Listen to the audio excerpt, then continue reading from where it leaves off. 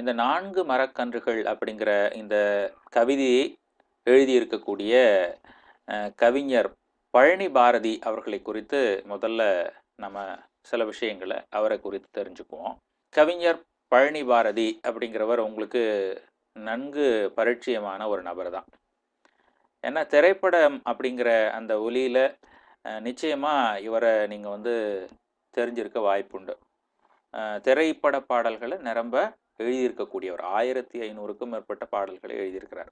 அவர் நிரம்ப இந்த மாதிரி கவிதை தொகுப்புகளையும் வெளியிட்டிருக்கிறார். அப்படிப்பட்ட அவருடைய சில வாழ்க்கை குறிப்புகளை மட்டும் நாம் இப்போ சிலவற்றை தெரிஞ்சு வச்சோம். கவிஞர் பழனி பாரதி அப்படிங்கிறவர் திரைத்துறைக்கெல்லாம் வர்றதுக்கு முன்னாடி என்ன பண்ணிட்டு இருந்தார் அப்படிங்கிறத பார்த்தீங்க அப்படின்னா, அவருடைய தொடக்கம் என்பது, அதாவது இந்த எழுத்துலக வாழ்க்கை என்பது, அவர் எந்த துறையில் முதலாக அடியெடுத்து வைக்கிறார் அப்படின்னு பார்த்தீங்கன்னா, ஒரு பத்திரிகை துறையில் தான் அவர் முதலாக தன்னுடைய எழுத்து பயணத்தை தொடங்குகிறார்.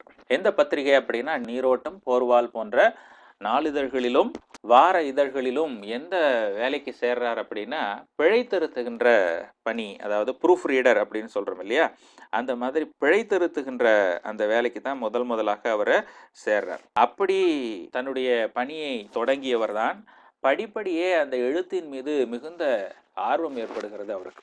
அதுக்கப்புறம் என்ன நேர்ந்தது அப்படின்னு பார்த்தீங்கன்னா, இந்த மாதிரி நாளேடுகளிலும் வார இதழ்களிலும் பிழை திருத்துகின்ற பணியை செய்து வந்தவர் தமிழ்நாடு பாடநூல் நிறுவனத்தில் 10 ரூபா சம்பளம் அந்த நேரத்தில், அவர் அந்த மாதிரி பணி செய்கின்ற காலத்தில்.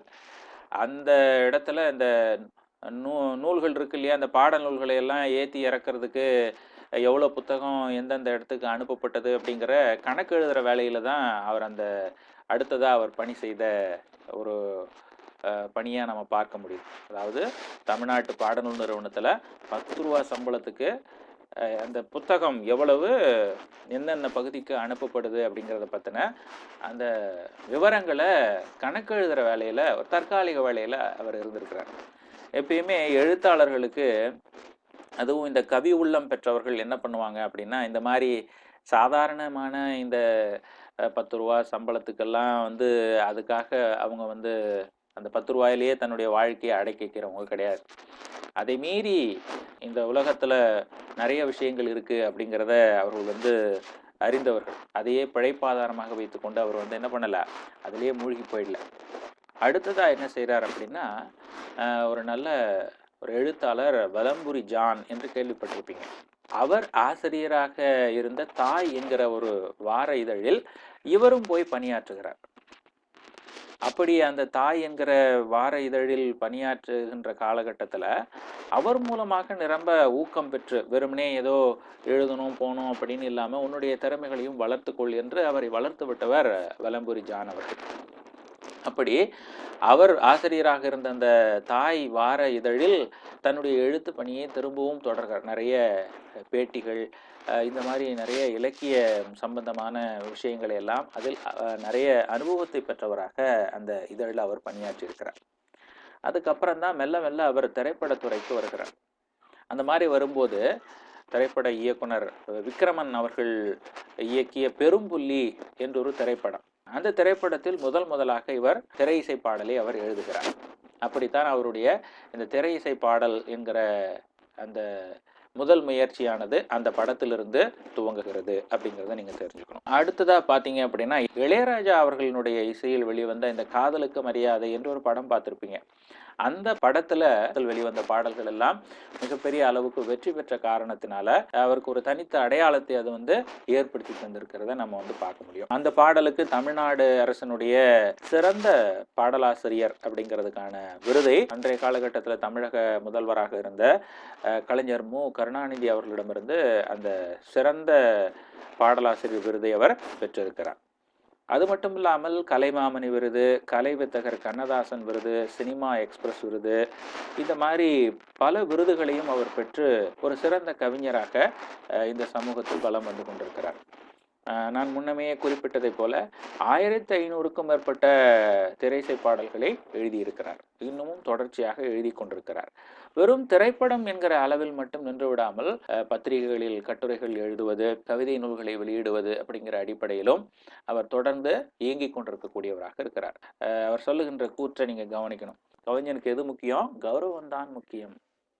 பாரதியாரை பாருங்கள் எப்படி யோசிக்கிறார், பாரதிதாசனை பாருங்கள் எப்படி யோசிக்கிறார். அந்த மாதிரி தான் பொதுவாகவே எல்லா கவிஞரிடமும் இருக்கக்கூடிய ஒரு தன்மை என்ன அப்படின்னா, அந்த நான் கவிஞன் என்பதிலே அவர்களுக்கு மிகப்பெரிய ஒரு பெருமை உண்டு. அப்படித்தான் இந்த கவிஞரும் இருக்கிறார். கவிஞனுக்கு கௌரவம் என்பது முக்கியம். தலையை இழந்துவிட்டு கிரீடங்கள் வாங்குவதில் எனக்கு விருப்பமில்லை அப்படிங்கிறத நல்லா கவனிங்க. கௌரவம் இல்லாமல் ஒரு மனிதனை மதிக்காமல் நீங்க என்ன கொடுத்து என்ன பிரயோஜனம் அப்படிங்கிற ஒரு நிலையை இந்த இடத்துல பார்க்குறோம். அப்படிப்பட்டவர் என்னென்ன மாதிரியான கவிதை தொகுப்புகளை எழுதியிருக்கிறார் அப்படிங்கிறத பார்த்தீங்க அப்படின்னா, நெருப்பு பார்வைகள், வெளிநடப்பு, காதலின் பின்கதவு, மழைப்பெண், முத்தங்களின் பழக்கூடை, புறாக்கள் மறைந்த இரவு, தனிமையில் விளையாடும் பொம்மை, தண்ணீரில் விழுந்த வெயில், சூரியனுக்கு கீழ் ஒரு வெள்ளை காகிதம் போன்ற பல்வேறு கவிதை தொகுப்புகளை அவர் எழுதியிருக்கிறத நம்ம பார்க்குறோம். இவரது பேட்டிகள் எல்லாம் தொகுக்கப்பட்டு கனவு வந்த பாதை என்ற நூலாக வெளியிடப்பட்டிருக்கிறது. 500க்கும் மேற்பட்ட கவியரங்குகளில் கலந்து கொண்டு கவிதைகளை வாசித்திருக்கிறார். இதெல்லாம் அவருடைய நூல்களினுடைய மேலட்டை தான். அந்த மழைப்பெண் என்கிற கவிதை தொகுப்பினுடைய முகப்பு. அதே போல வனரஞ்சனி என்ற ஒரு கவிதை தொகுப்பு, புறாக்கள் மறைந்த இரவு, காதலின் பின் கதவு, சூரியனுக்கு கீழ் ஒரு வெள்ளை காகிதம், முத்தங்களின் பழக்கூடை, ஒளி உன்னால் அறியப்படுகிறது, தனிமையில் விளையாடும் பொம்மை, வெளிநடப்பு, தண்ணீரில் விழுந்த வெயில், இதெல்லாம் அவர் வகுப்புகளில் குறிப்பிடத்தகுந்தவை. பழ பாரதி அப்படிங்கிறதான் அவருடைய பெயர். திரைப்படத்துறைக்கு வந்தபோது கவிஞர் அறிவுமதி அவர்கள் இவருடைய பெயரை பழனி பாரதி என்று மாற்றி அமைத்தார். யாரிடம் அவர் பயிற்சி பெற்றிருக்கிறார் அப்படிங்கிறத நீங்கள் நல்லா பார்க்கணும். இன்றைக்கு முன்னணியில் இருக்கக்கூடிய திரைப்பட பாடல்களை எழுதுகின்றவர்கள், இயக்குநர்கள் என்று சொல்லக்கூடியவர்கள் எல்லாம் யாருடைய பயிற்சி பட்டறையில் இருந்தார்கள் என்று சொன்னால், கவிஞர் அறிவுமதி அவர்களுடைய அந்த பயிற்சி பட்டறையில் இருந்தவர்கள் தான். சீமான், யுகபாரதி, நா முத்துக்குமார், கபிலன், இப்படி நிறைய பேர், நிறைய எழுத்தாளர்களும் கவிஞர்களும் யாரிடம் அந்த பயிற்சியை பெற்றார்கள் என்று சொன்னால் கவிஞர் அறிவுமதி அவர்களிடம் அந்த பயிற்சியை பெற்றார்கள். அப்படித்தான் இவரும் அவர்களுள் ஒருவராக திகழ்ந்தவர்.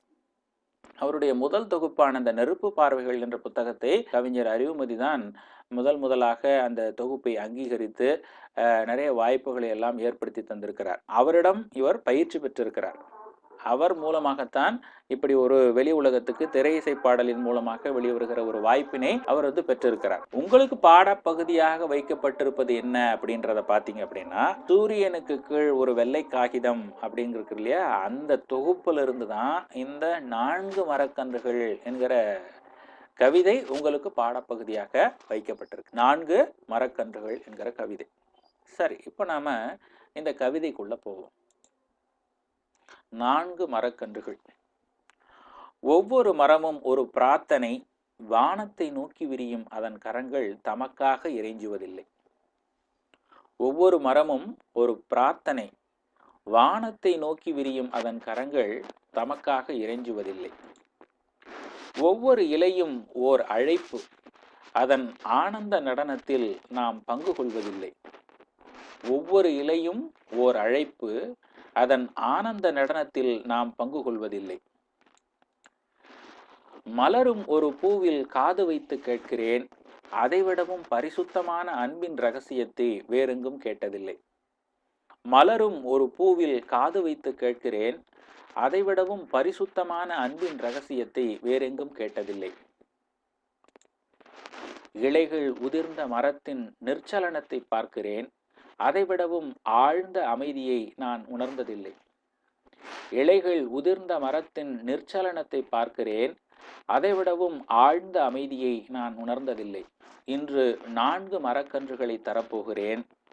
இன்று 4 மரக்கன்றுகளை தரப்போகிறேன்.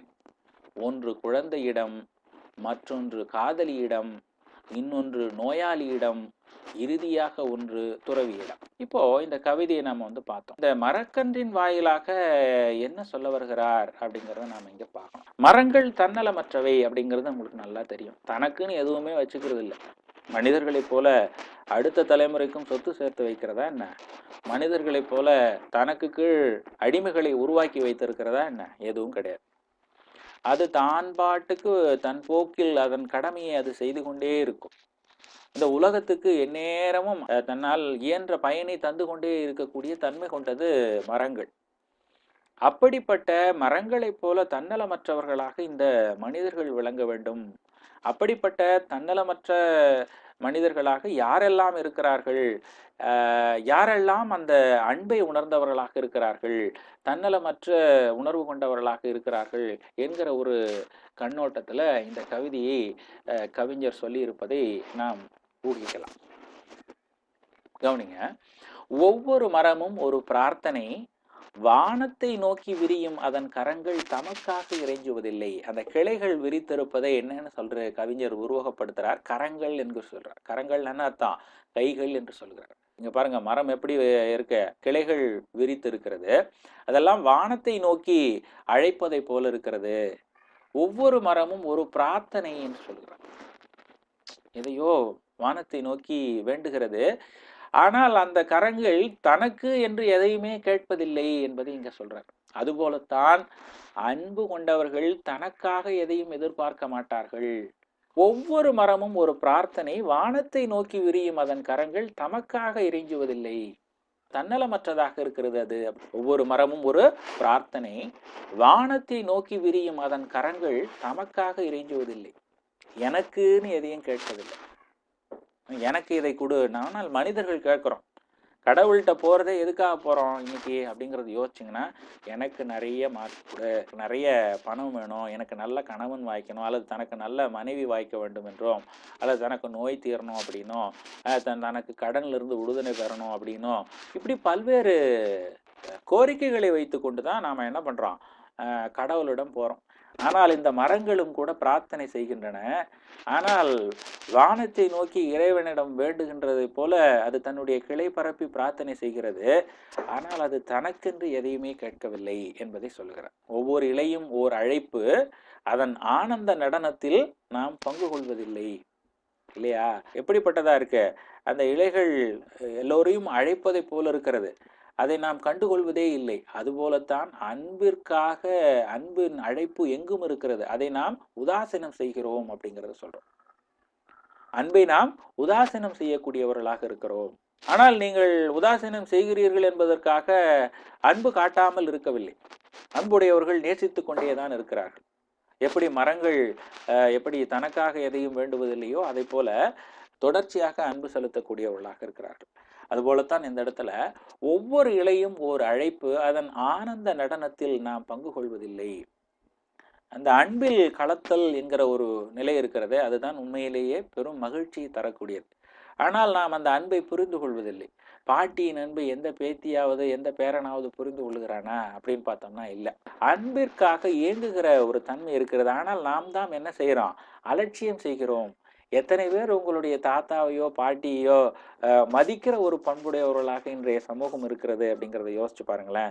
அவர்கள் ஏதோ வேண்டாத உயிரி போல நடத்துகிற ஒரு தன்மையை இன்றைய சமூகத்துல நான் பார்த்துக்கிட்டு இருக்கிறேன். நீங்களும் கூட அதை உணர்ந்திருக்கலாம். அதை நீங்கள் உணர வேண்டும். அதையும் தான் நான் இங்க பதிவு பண்ண விரும்புறேன். அடுத்ததா, மலரும் ஒரு பூவில் காது வைத்து கேட்கிறேன், அதை விடவும் பரிசுத்தமான அன்பின் ரகசியத்தை வேறெங்கும் கேட்டதில்லை. மலரும் ஒரு பூவில் காது வைத்து கேட்கிறேன், அதை விடவும் பரிசுத்தமான அன்பின் ரகசியத்தை வேறெங்கும் கேட்டதில்லை. பூக்கள் பேசுமா என்ன? பூக்கள் பேசுவதில்லை. ஆனால் அது எதை வெளிப்படுத்துவதா? அன்பின் ரகசியத்தை வெளிப்படுத்தக்கூடியதாக இருக்கிறது. அதுபோல ஒரு உண்மையான அன்பு வேறெங்கும் நான் கேட்டதில்லை என்று அந்த மரங்களையும் அந்த மரங்களிலிருந்து பூக்கக்கூடிய பூக்களையும் இந்த இடத்துல சொல்றார். அதுக்கு அடுத்தது, இலைகள் உதிர்ந்த மரத்தின் நிர்ச்சலனத்தை பார்க்கிறேன். இலைகள் உதிர்ந்த மரத்தின் நிர்ச்சலனத்தை நிர்ச்சலனம் என்று சொன்னால் இந்த இடத்துல ஆசைகள் என்று சொல்லுகிறோமே, பற்று என்று சொல்லுகிறோமே, அதெல்லாம் இல்லாத தூய மனதை கொண்டிருப்பது, ஒரு துறவியை போல. அதனாலதான் இந்த இடத்துல அப்படி சொல்றாரு. இலைகள் உதிர்ந்த மரத்தின் நிர்ச்சலனத்தை பார்க்கிறேன், அதை விடவும் ஆழ்ந்த அமைதியை நான் உணர்ந்ததில்லை. அது எதை போல இருக்கிறதாம்? அந்த மரம் ஒரு துறவியை போல இருக்கிறது. ஆசை, பற்று இவையெல்லாம் முற்றும் துறந்து அப்படியே அமைதியாக இருக்கக்கூடிய ஒரு தன்மை எந்த நிலையில் கிடைக்கும் என்று சொன்னால் துறவு வாழ்க்கை என்று சொல்லுகின்ற அந்த நிலையில்தான் கிடைக்கக்கூடிய அதைத்தான் அந்த துறவோடு இது ஒப்பிட்டு சொல்லுகிறார். இலைகள் உதிர்ந்த மரத்தின் நிர்ச்சலனத்தை பார்க்கிறேன், அதைவிடவும் ஆழ்ந்த அமைதியை நான் உணர்ந்ததில்லை என்று சொல்கிறார். இப்ப தன்னலம் இல்லாத ஒன்று இங்க பார்க்கிறோம், தனக்காக எதையும் வேண்டாத ஒன்று மரங்கள். அதை போலத்தான் அந்த குழந்தைகள், அந்த குழந்தையை போன்றது அந்த மரங்கள். அதனாலதான் அந்த குழந்தையோடு அந்த கன்றை 4 பேர்கிட்ட தரேன்னு சொன்னார் இல்லையா, 4 மரக்கன்றுகளை தரப்போகிறேன்னு சொன்னார். ஒன்று குழந்தையிடம், மற்றொன்று காதலியிடம், இன்னொன்று நோயாளியிடம், இறுதியாக ஒன்று துறவியிடம் என்று சொன்னார் இல்லையா. அந்த அடிப்படையில் இங்க பார்க்கும்போது ஒன்றை எப்படி மரங்கள் தனக்குன்னு எதையும் இறைஞ்சுவதில்லையோ அதுபோல குழந்தைகளும் என்ன செய்யாத தூய அன்புடையவை. அதற்குள் இன்னும் கள்ளம் போய் சேரவில்லை. இந்த உலகத்தை அதை இன்னும் புரிஞ்சுக்கிட்டா ஒருவேளை கள்ளத்தனமா மாறிடுமோ என்னவோ தெரியாது. ஆனால் அப்படிப்பட்ட அந்த தூய கள்ளங்கபடமற்ற உள்ளம் கொண்டிருக்கக்கூடிய ஒன்றாக இருக்கக்கூடியது குழந்தை. அதுவும் அந்த மரத்தை போலத்தான். அதனால இங்க அப்படி நம்ம புரிந்து கொள்ள வேண்டும். அடுத்தது காதலியிடம் என்று சொல்லுகிறார். ஏன் காதலியிடம்? அன்புக்காக இயங்குகிறவள், அன்பின் ஆழத்தை உணர்ந்தவள். அப்படிப்பட்ட அவளுக்கு அந்த அன்பினுடைய மதிப்பானது தெரியும். அதனால மற்றொரு மரக்கன்றை யாரிடம் தரணும்னு சொல்றாரு? காதலியிடம் தரப்போகிறேன் என்று சொல்லுகிறார். அதற்கு அடுத்ததாக வரக்கூடியது நல்ல கவனம். நோயாளி, மலரும் ஒரு பூவில் காது வைத்து கேட்கிறேன், அதை விடவும் பரிசுத்தமான அன்பின் ரகசியத்தை வேறெங்கும் கேட்டதில்லை. இந்த இடத்துல நாம எப்படி எடுத்துக்கொண்டிருக்கோம்? இந்த இடத்துல இன்னொரு தன்மையில சொன்னார் இல்லையா, நோயாளியிடம் தரப்போகிறேன் என்று சொன்னார் இல்லையா. நோயாளிகளும் இந்த அன்பின் உன்னதத்தை உணர்ந்தவர்கள். நீங்க பார்க்கலாம், ஒரு நோய்வாய்ப்பட்டிருக்கிற போதுதான் சொந்தங்கள் எல்லாம் வந்து பார்க்கறத ஆறுதல் சொல்வதை நாம் கேட்டிருக்கிறோம். அப்போது அந்த நோயாளிக்கு எது தேவையா இருக்கிறது? அன்பு தேவையாக இருக்கிறது, அரவணைப்பு தேவையானதாக இருக்கிறது. அப்ப அதனுடைய மகத்துவத்தை யார் அறிந்திருப்பான்? ஒரு நோயாளிக்குத்தான் அந்த அன்பினுடைய அரவணைப்பினுடைய தேவையை அவன் நன்கு உணர்ந்திருப்பான். அது எவ்வளவு அவசியமானது என்பதை அந்த தருணத்திலே ஒரு நோயாளி உணர்ந்திருப்பான். அந்த காரணத்தினால்தான் மற்றொரு மரக்கன்றை அந்த நோயாளியிடம் கொடுக்க போகிறேன் என்று சொல்வதை நாம் பார்க்கிறோம். அடுத்ததாக, இலைகள் உதிர்ந்த மரத்தின் நிர்ச்சலனத்தை பார்க்கிறேன், அதைவிடவும் ஆழ்ந்த அமைதியை நான் உணர்ந்ததில்லை என்று சொல்கிறார். எப்படி துறவி இந்த இடத்துல எப்படி இலைகள் உதிர்ந்த மரம் எப்படி அமைதியாக இருக்கிறதோ அதுபோல துறவி ஆசைகளை அற்றவர். துறவிகள் ஆசைகளை அற்றவர்களாக இருக்கக்கூடியவர்கள், ஆசைகளை துறந்தவர்களாக இருக்கக்கூடியவர்கள் துறவிகள். அவர்களும் தனக்கென்று எதையும் வைத்துக் கொள்வதில்லை. அந்த மாதிரித்தான் இந்த இடத்துல அந்த அடிப்படையில் தான் இந்த அன்பின் ரகசியத்தை உணர்ந்து கொண்ட, இந்த தேவையை உணர்ந்து கொண்ட இவர்களிடத்து அந்த மரக்கன்றுகளை கொடுத்தால் மரம் வளரும், அன்பு வளரும் என்கிற அடிப்படையிலே இந்த கருத்தை இந்த 4 மரக்கன்றுகள் என்கிற கவிதையினூடே கவிஞர் வெளிப்படுத்தி இருப்பதை நாம் வந்து பார்க்க முடிகிறது. அந்த அடிப்படையில் தான் இன்று 4 மரக்கன்றுகளை தரப்போகிறேன். ஒன்று குழந்தையிடம், மற்றொன்று காதலியிடம், இன்னொன்று நோயாளியிடம், இறுதியாக ஒன்று துறவியிடம் என்று சொல்வதை நாம் இங்கே பார்க்கிறோம். அப்போ தன்னலமின்மை என்பது குழந்தையிடம் இருக்கக்கூடியது, அன்பிற்காக இயங்குகிற ஒன்று காதலியிடத்து இருக்கக்கூடிய ஒன்று, ஆறுதலையும் அரவணைப்பையும் எதிர்பார்க்கக்கூடியது நோயாளியிடம் இருக்கக்கூடிய ஒரு பண்பு, சலனமற்ற மனத்தை கொண்டிருக்கக்கூடியவர்கள் துறவிகளிடம் இருக்கக்கூடிய பண்பு. இப்படி தன்னலமில்லாமல் இருக்கக்கூடிய இவர்களிடம்தான் தான் 4 மரக்கன்றுகளையும் ஒவ்வொன்றாக ஒவ்வொருடத்திலும் கொடுக்க போகிறேன் என்று சொல்கிறார். இவர்களிடம் எப்படி தன்னலம் இல்லாமல் இருக்கிறதோ, எப்படி மரங்கள் தன்னலமற்றவையாக இருக்கிறதோ அதுபோல இவர்கள் அதை உணர்ந்தவர்களாக இருப்பார்கள், அந்த அன்பினுடைய ரகசியத்தை உணர்ந்தவர்களாக இருப்பார்கள். அதனால் இவர்களிடத்து அந்த மரக்கன்றுகளை கொடுக்கிறேன் என்று இங்கே கவிஞர் சொல்லுகிறார். அங்க எப்படி அதனுடைய உன்னதத்தை உணர்ந்தவர்கள் அன்பை விட்டுவிடாமல் பராமரிப்பார்களோ அதுபோல இந்த கன்றுகளை அவர்கள் பராமரிப்பார்கள் என்பதை போல இந்த கவிதையிலே அவர் அந்த கருத்தை வலியுறுத்துவதை நாம் பார்க்கிறோம். அப்போ இந்த அன்பு மரங்களைப் போல தன்னலமற்றது. அதனால் அந்த அன்பின் தேவையை உணர்ந்த இவர்களிடத்து அந்த மரக்கன்றுகளை கொடுத்தால் அது வளரும் என்பதைப் போல, அதனுடைய உன்னதத்தை உணர்ந்தவர்கள் அதனை வளர்ப்பார்கள் என்பதைப் போல, அந்த அடிப்படையில் தான் இந்த கவிதையை நாம் இப்படி பொருள் புரிந்து கொள்ளலாம். ஒவ்வொரு மரமும் ஒரு பிரார்த்தனை, வானத்தை நோக்கி விரியும் அதன் கரங்கள் தமக்காக இறைஞ்சுவதில்லை. ஒவ்வொரு இலையும் ஓர் அழைப்பு, அதன் ஆனந்த நடனத்தில் நாம் பங்கு கொள்வதில்லை. மலரும் ஒரு பூவில் காது வைத்து கேட்கிறேன், அதைவிடவும் பரிசுத்தமான அன்பின் ரகசியத்தை வேறெங்கும் கேட்டதில்லை. இலைகள் உதிர்ந்த மரத்தின் நிர்ச்சலனத்தை பார்க்கிறேன், அதைவிடவும் ஆழ்ந்த அமைதியை நான் உணர்ந்ததில்லை. இன்று 4 மரக்கன்றுகளை தரப்போகிறேன். ஒன்று குழந்தையிடம், மற்றொன்று காதலியிடம், இன்னொன்று நோயாளியிடம், இறுதியாக ஒன்று துறவியிடம் என்று இந்த கவிதையை கவிஞர் முடிப்பதை நாம் இங்கே பார்க்கிறோம். இந்த கவிதையினூடே நாம் இதைத்தான் உணர்ந்து கொள்கிறோம். அதாவது அன்பு என்கிற ஒன்றுக்காகத்தான் இந்த உலகம் ஏங்கி தவிக்கிறது. அதனுடைய ரகசியத்தை நீங்கள் புரிந்து கொள்ளுங்கள். அன்பு தன்னலமற்றது. அது எதை போல என்று சொன்னால் மரங்களைப் போல என்பதை கவிஞர் இங்கே வலியுறுத்துவதை நாம் பார்க்கிறோம்.